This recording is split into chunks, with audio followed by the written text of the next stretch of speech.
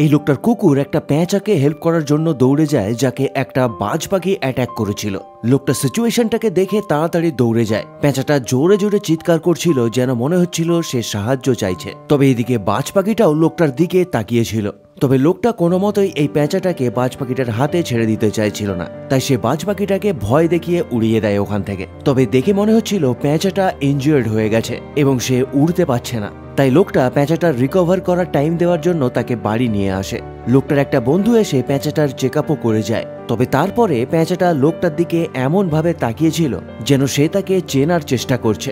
যেহেতু লোকটা প্রতিদিন পেঁচাটার আদর যত্ন করত এবং সময় মতো খেতে দিত, তাই পেঁচাটার সঙ্গে লোকটার একটা আলাদা সম্পর্ক তৈরি হয়ে যায়। সে যখনই ডাকতো পেঁচাটা তার কাছে চলে আসতো, এমনকি সে তার বিড়ালের সঙ্গেও বন্ধুত্ব করে ফেলে। তবে পেঁচাটা কতটা ভালো উড়তে পারছে সেটা দেখার জন্য লোকটা মাঝে মধ্যেই পেঁচাটাকে বাইরে নিয়ে যেত ওড়ানোর জন্য।